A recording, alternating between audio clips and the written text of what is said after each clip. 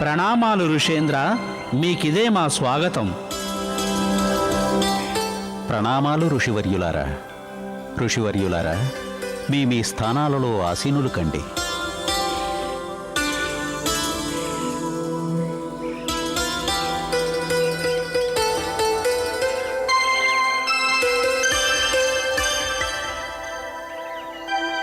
ఓ సురుచి మహర్షి, మా మనోజిజ్ఞాస మరింతగా పెరుగుతోంది. మనసుకు అనిపిస్తోంది మీరు చెబుతూ ఉంటే మేము వింటూ ఉండాలని. గౌరీనందనుడు గణేశుడి లీలా వినోదం వినాలన్న పిపాస ఎంతెంతైనట్లుగా మాలో పెరుగుతూ పోతూనే ఉంది. శౌనక ఋషి, ఇదే భక్తి భావన. ఎవరు దీనిని ఆస్వాదిస్తారో వారే పరమేశ్వరుని భక్తులుగా పిలువబడతారు. ఓ మహాముని, ఇక ఈ యుద్ధ పరిణామం ఏ రూపు దాల్చనుంది? ఆ విధాత మలచిన రూపం ఎలా ఉంటే అలా. ఓ మహాముని, సమస్త దేవతలు గౌరీనందనుడు బాలగణేశునితో యుద్ధానికి సన్నద్ధులైనారు. మరి ఇకనైనా బాలగణేశుని రక్షణ ఆకాంక్షించి వెంట నడిచిన వారు ఎవ్వరూ లేరా? బాలగణేశునికి రక్షణ ఎందుకు? ఆయనే సకల లోక రక్షకుడు కదా. ఓ మహర్షి, ఇంతటి సంకట స్థితిలో కూడా పార్వతీదేవి తన పుత్రునికి సాయం అందించటానికి రారా? ఏమిటి ఈ లీలా వినోదం ఋషివర్య? ఏమిటి లీలా వినోదం మహాత్మా? ఈ లీలా వినోదం ఏమిటో బ్రహ్మ, విష్ణు, మహేశ్వరులకు మాత్రమే తెలుసు. తల్లి పార్వతీదేవి తన పుత్రునికి సాయం అందించటానికి తప్పక వస్తుంది. కానీ విధి విలాసం గౌరీనందనుడు బాలగణేశునితో సమస్త దేవతలు యుద్ధం చేసేందుకు సన్నద్ధులై వచ్చిన సమయాన పార్వతీదేవి గౌరీ విశ్రాంతి తీసుకుంటోంది. ఓ మహాముని, ఎటువంటి సంకట స్థితి ఇది? అటుపై ఏం జరిగినది? బ్రహ్మ, విష్ణు, మహేశ్వరులు యుద్ధ సన్నాహాలు చేయుచుండగా మరోవైపు తారకాసురుడు గౌరీనందనుడు బాలగణేశునితో యుద్ధానికి సన్నద్ధుడయ్యాడు. కానీ దైత్యగురువు శుక్రాచార్యుడు అతన్ని యుద్ధానికి వెళ్ళనివ్వక అడ్డుకున్నాడు. ఎందుకంటే అతనికి తండ్రి తనయుల మధ్య యుద్ధం జరగబోతోందని అప్పటికే సమాచారం లభించింది. సంగరకాసురుడు కలిసొచ్చిన అవకాశాన్ని వినియోగించుకుని రగులుతున్న అగ్నికి ఆజ్యం పోశాడు. అతను మహాదేవుణ్ణి గౌరీనందనుడికి విరుద్ధంగా రెచ్చగొట్టాడు. అతను మహాదేవుడితో ఇంద్రాది సమస్త దేవతలు గౌరీనందనుడి చేతిలో యుద్ధంలో ఓడిపోయారని చెప్పాడు. అది విని మండిపడ్డ మహాదేవుని ఆవేశాన్ని ఆపడం అసంభవమైంది. తరువాత ఏం జరిగిందో ఈ పవిత్ర కథలో వినండి. మహాముని విశ్వకర్మ, మహాముని విశ్వకర్మ, మహాముని విశ్వకర్మ, మహాముని విశ్వకర్మ. ఏమి జరిగినది శివగణాలారా? మీరందరూ ఎందుకిలా భయభీతులవుతున్నారు? ఏం జరిగింది? ఏమిటి అనర్థం మహాముని? ఏమిటి అనర్థం? అనర్థమా? ఏమిటా అనర్థం శివగణాలారా? ఏమిటా అనర్థం? త్వరగా చెప్పండి. కైలాసానికి సంబంధించి అశుభ సమాచారం అయితే కాదు కదా? ఎక్కడి నుంచి వస్తున్నారు మీరంతా? ఏ వీర గణేశుడైతే మన ప్రాణాలు కాపాడారో ఆ వీర గణేశునికే సంకట స్థితి దాపురించింది. ఎంతటి అశుభ సమాచారం తీసుకొచ్చారు శివగణాలారా మీరు? మహాముని, మనం ఏ అనర్థం జరగకూడదని భావించామో అదే జరుగుతుంది. ఇప్పుడేం చేయగలం మహాముని? ఇప్పుడేం చేయగలం? మహాదేవుడు శివుడు మన రక్షకుడైన బాలగణేశునితో యుద్ధం ప్రారంభించారా? ఏం చూసి మీరందరూ ఇలా భయపడి వచ్చారు? ఏం చూసి ఇలా వచ్చారు? మేము మహాదేవుని ఆవేశాన్ని చూసి పరుగున వచ్చాం మహాముని. వారి కోపావేశాన్ని చూసి వస్తున్నాం. ఏమిటి? మహాదేవుడు మన బాలగణేశుని సంహరించడానికి కైలాస భవన ద్వారం వరకు వచ్చారా? ఇప్పుడు అతన్ని ఎవరు ఆపగలరు మహాముని? దేవేంద్రుడు పరాజయం పొందాడని విని మహాదేవుని ఆవేశం జ్వాలాముఖిలా మారింది. అంటే దేవేంద్రుడు మన బాలగణేశుని చేతిలో పరాజయం పొందిన వెంటనే మహాదేవుని కడకు వెళ్ళాడన్నమాట. ఇప్పుడు సమస్త దేవతలు ఈ ఓటమికి బదులు తీర్చుకునేందుకు సిద్ధమవుతున్నారు. సకల దేవతలు సంఘటితం అయ్యారు మహాముని. ఆ మహాదేవుడు సమస్త దేవతలతో పాటు బ్రహ్మదేవుడు, ఆ విష్ణువు కూడా బాలగణేశును వధించడానికి పథకం వేస్తుంటే చూశాం. మన బాలగణేశుడు సంకట స్థితిలో ఉన్నాడు మహాముని. ఆయన రక్షించేందుకు ఏదైనా చేయండి. నేను ముందుగానే చెప్పాను కదా మహాముని, బాలగణేశుడు కైలాస ద్వారం వద్ద ఉండటం ఉచితం కాదని. మీరు మా యందు దయ ఉంచి వినయ నమ్రతలతో వారిని ఎలాగైనా ద్వారం నుండి తప్పించండి. మీరు ఆనాడే నా మాట విని బాలగణేశుని ద్వారం నుండి తొలగించి ఉంటే ఈనాడు ఆయన ఇలా సంకట స్థితిలో పడేవాడు కాదు. ఇది మా దౌర్భాగ్యం వీరభద్ర, ఇది మా దౌర్భాగ్యం. మేము ఎంతగానో బాలగణేశుని కైలాస భవన ద్వారం నుండి వెడలి పొమ్మని చెప్పడం ఒకటే కాదు, వేడుకున్నాం కూడా. కానీ వారు భవన ద్వారం నుండి తప్పుకునేందుకు ఎంత మాత్రం ఒప్పుకోలేదు. మన బాలగణేశుణ్ణి మేము వేడుకుంటాం, ఆయన పాదాలు పట్టుకుని ప్రాధేయపడతాం. మన బాలగణేశుని రక్షించండి మహాముని, మన బాలగణేశుని రక్షించండి. అంటే మీరందరూ కూడా బాలగణేశుని పక్షం వహించారా? అవును మహాముని, మేమందరం బాలగణేశుని పక్షానే ఉన్నాం. ఏ వీర గణేశుడు మా కొరకు యుద్ధం చేశాడు, ఆయన పక్షం వహించమా మేము? మేము ఆయన పక్షం వహించకపోతే మా వంటి విశ్వాసఘాతకులు ఉంటారా? సమస్త గణాలు మనతో పాటు రావడానికి సిద్ధంగా ఉన్నారు కదా మహాముని. మనం ఎందుకు మరోసారి ప్రయత్నం చేసి చూడకూడదు? ఒకవేళ బాలగణేశుడు శివగణాల వేడుకోలు వింటాడేమో. మీరందరూ సిద్ధమైతే మేము సిద్ధమే. ఒకవేళ శివగణాల మాట బాలగణేశుడు వింటాడేమో. రండి, బాలగణేశుని భానద్వారం నుండి తొలగించే ప్రయత్నం చేద్దాం. మాతో పాటు రండి.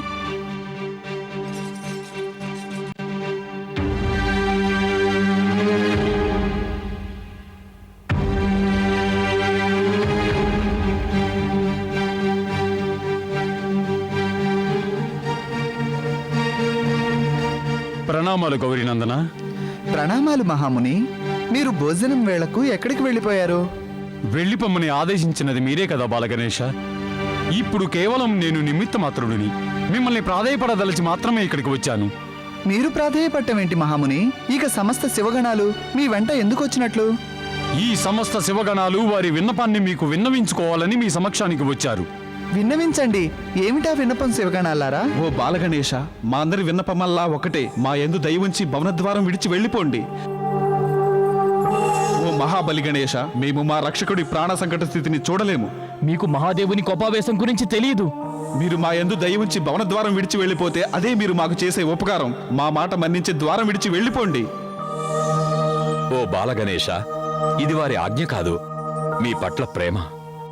వారిని నిరాశపరచకండి. మా మాట కాకున్నా కనీసం వారి మాటనైనా ఆలకించండి.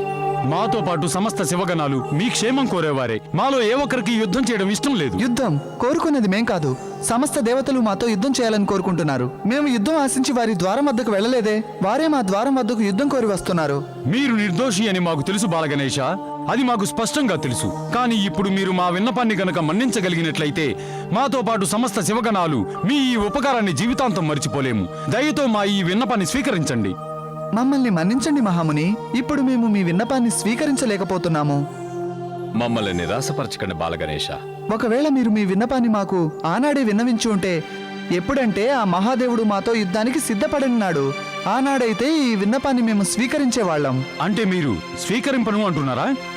ఇప్పుడు అది అసంభవం మహాముని. మేము ద్వారం వదిలి వెళ్ళలేము. ఒకవేళ ద్వారం విడిచి వెళ్ళిపోతే మేము స్వామి మహాదేవుని, ఆ సమస్త దేవతల దృష్టిలో మేము ఒక బేరులా కనపడతాము. ఒక మహావీరాది వీరుణ్ణి బేరు అని ఎవరనగలరు? దయతో మా మాట వినండి బాలగణేశ. మా యందు దయ ఉంచి మా విన్నపాన్ని స్వీకరించండి. అంటే ఏంటి మీరనేది? మేము బేరుల్లా భవనంలో రహస్యంగా నక్కి ఉండమందురా? ఇది యుద్ధం కాదు, మా ప్రతిష్ట ధైర్య సాహసాలకు పరీక్ష. ఒకవేళ మేము ఇక్కడి నుంచి వెళ్ళిపోతే స్వామి మహాదేవుడు అనుకుంటారు మేము వారికి భయపడి ద్వారం విడిచి వెళ్ళిపోయామని. బ్రహ్మదేవుడు, శ్రీహరి విష్ణుదేవుడు, మహాదేవుడు వంటి శక్తిశాలి దేవతలు మీతో యుద్ధం చేయదలిచి వస్తున్నారు. మీరు ఒంటరిగా వారి అస్త్రశస్త్రాలను ఏ రీతిని ఎదుర్కోగలరు? యుద్ధం అస్త్రశస్త్రాలతో కాదు, సాహసంతో చేస్తారు. వారికి అస్త్రశస్త్రాలుంటే మా వద్ద సాహసం ఉంది. పరిణామం ఏదైనా మేము ఈ ద్వారం విడిచిపెట్టి వెళ్ళము. మేము వారి దాడిని ప్రతిదాడి చేసి తీరుతాం.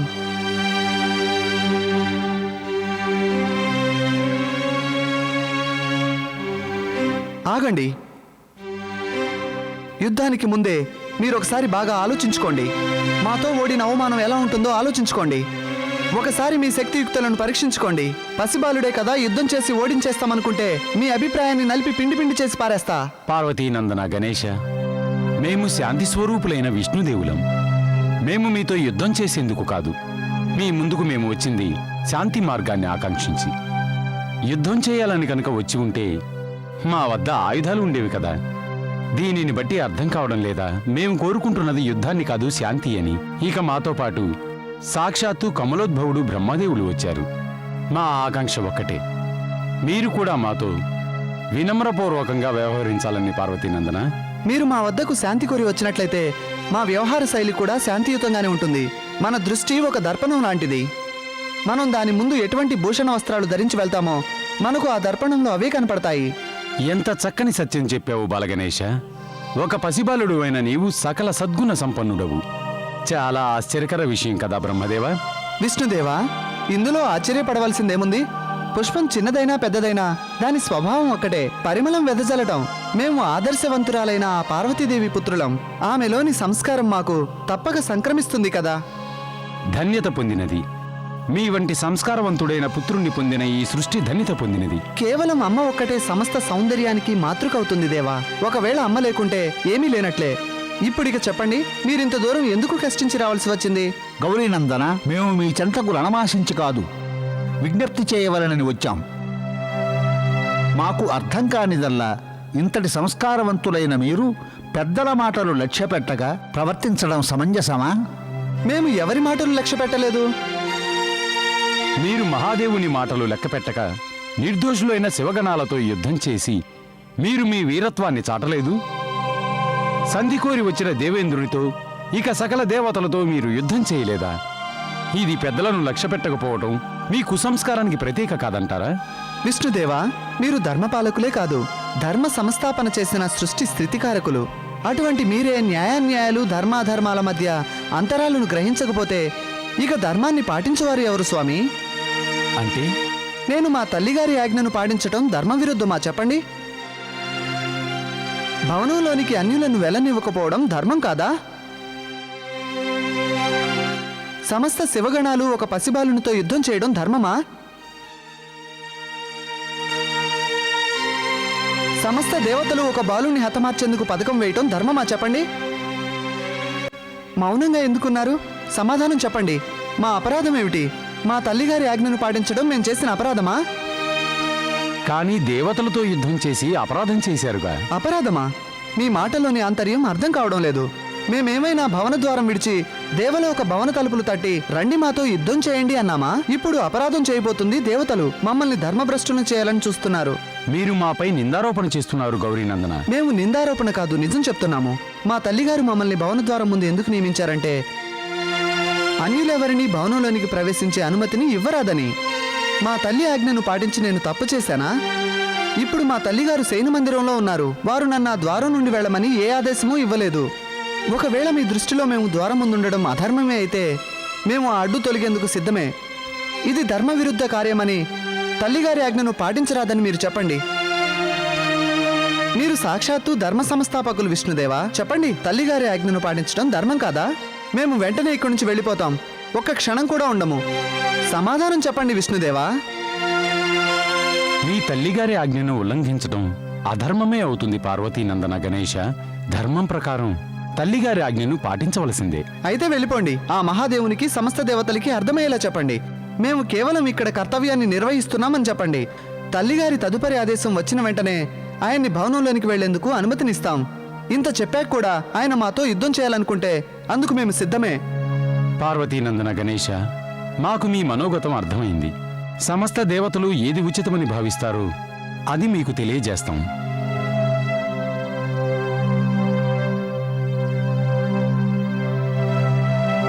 రండి బ్రహ్మదేవ.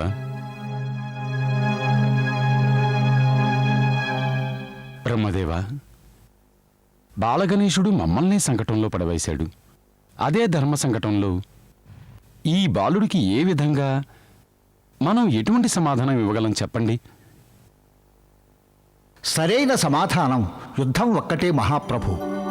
ఇంతకు మించి మనం ఆలోచించేందుకు మరో మార్గం లేదు. బ్రహ్మదేవ, మనం ధర్మదృష్టితో గనక చూస్తే బాలగణేశుడు తన కర్తవ్యం నిర్వర్తిస్తున్నాడు. అతను తల్లి ఆదేశాన్ని పాలిస్తున్నాడు అంతే.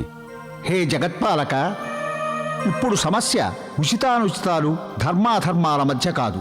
ఇప్పుడు సమస్య గౌరీనందనుడు బాలగణేశుని పునర్జన్మ.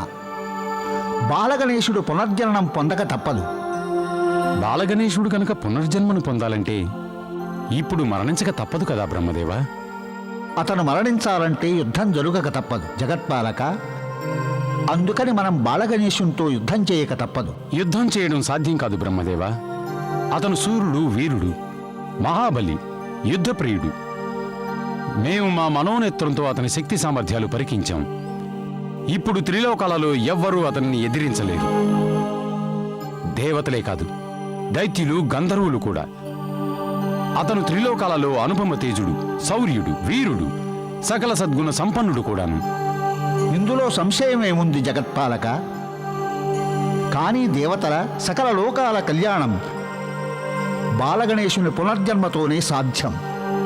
మనం యుద్ధ సన్నాహాలు చేసుకొని ఇక దేవతలందరం కలిసి బాలగణేశునితో యుద్ధం చేయక తప్పదు. ప్రణామాలు లక్ష్మీదేవి. ఆయుష్మాన్ భవ. ఏం జరిగింది మహాముని విశ్వకర్మ? సమస్త శివగణాలతో కూడి ఇక్కడకు ఎందుకు వచ్చినట్లు? ప్రత్యేక కారణం ఉందా? ప్రత్యేక కారణమే ఉంది లక్ష్మీమాత. మేము మీ ఆశీర్వాదం కోరి మీ సమక్షానికి రావడం జరిగింది. ఆశీర్వాదం? చెప్పండి మునివర్య, సమస్య ఏమిటి? మీ సమస్య ఎంత జటిలమైనా మేం పరిష్కరిస్తాం. ఆ నమ్మకంతోనే మేమంతా మీ సన్నిధికి వచ్చాము తల్లి. మీరు మా నమ్మకాన్ని ఎప్పటికీ వమ్ము చేయరని తెలుసు తల్లి. చెప్పండి మునివర్య, ఏమిటి సమస్య? గౌరీనందనుడు బాలగణేశుని రక్షించండి తల్లి. గౌరీనందనుడా? అతనికేం జరిగింది? ఇప్పుడు అతనికి ప్రాణ సంకటం దాపురించింది లక్ష్మీదేవి. ఏమిటి? గౌరీనందుడు గణేశునికి ప్రాణ సంకటమా? అసలు ఏం జరిగింది? సకల దిక్కుల నుండి సంకటాల దావాలను అతని చుట్టుముట్టింది లక్ష్మీదేవి.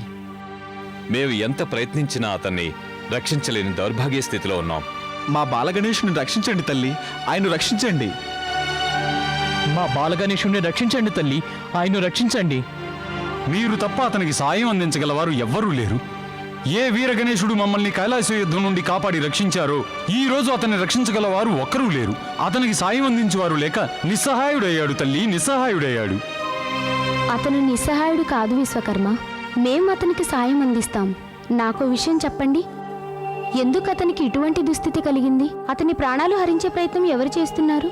ఆ స్థితిని వివరింపగల శక్తి మాలో ఎవరికూ లేవు లక్ష్మీదేవి. లేవు తల్లి. నిర్భయంగా చెప్పండి, ఏం జరిగింది? మునివర్య, మీరైనా చెప్పండి, గౌరీనందనునికి ఆ దుస్థితి ఎలా కలిగింది? తల్లి లక్ష్మీదేవి, ఆ చెప్పండి. తల్లి లక్ష్మీదేవి, ఇప్పుడు సమస్త దేవతలందరూ ఏకమై గౌరీనందనుడు బాలగణేశుని అంతమొందించు ప్రయత్నం చేస్తున్నారు. ఏమిటి? గౌరీనందను గణేశుని వధించుటకా? ఏమిటి మీరంటున్నది మునివర్య? నేను చెబుతున్నది సత్యం లక్ష్మీదేవి, నేను చెబుతున్నది సత్యం. గౌరీనందనుడు బాలగణేశునికి ప్రాణ సంకట స్థితి కలిగింది. అంతేకాక ఇప్పుడు అతనికి సాయం అందించేవారు ఒక్కరూ లేరు. అందుకే మేము నిస్సహాయులమై మీ సన్నిధికి వచ్చాము. బాలగణేశుని ఈ దుస్థితి ఎంతటి అనర్థానికి దారితీస్తుందో. మేమందరూ మిమ్మల్ని నమ్ముకుని ఉన్నాం లక్ష్మీదేవి. మీరే మా ఈ అంధకారంను పారద్రోలగల కాంతి పుంజం. బాలగణేశుని ప్రాణం ఇక మీ చేతుల్లోనే ఉంది తల్లి. మీరే కాపాడగలరు. రక్షించండి లక్ష్మీదేవి. స్వామి శ్రీహరి విష్ణువుకి విషయం తెలియదా? వారు తప్పక గౌరీనందుణ్ణి రక్షిస్తారు. మమ్మల్ని క్షమించండి తల్లి లక్ష్మి. స్వయాన విష్ణువే గౌరీనందనుడు బాలగణేశుని వధించుటకు పథకం వేశారు. శ్రీహరి మహావిష్ణువా? ఏమిటి మీరంటున్నది మునివర్య? నేను చెబుతున్నది సత్యం తల్లి, సత్యము.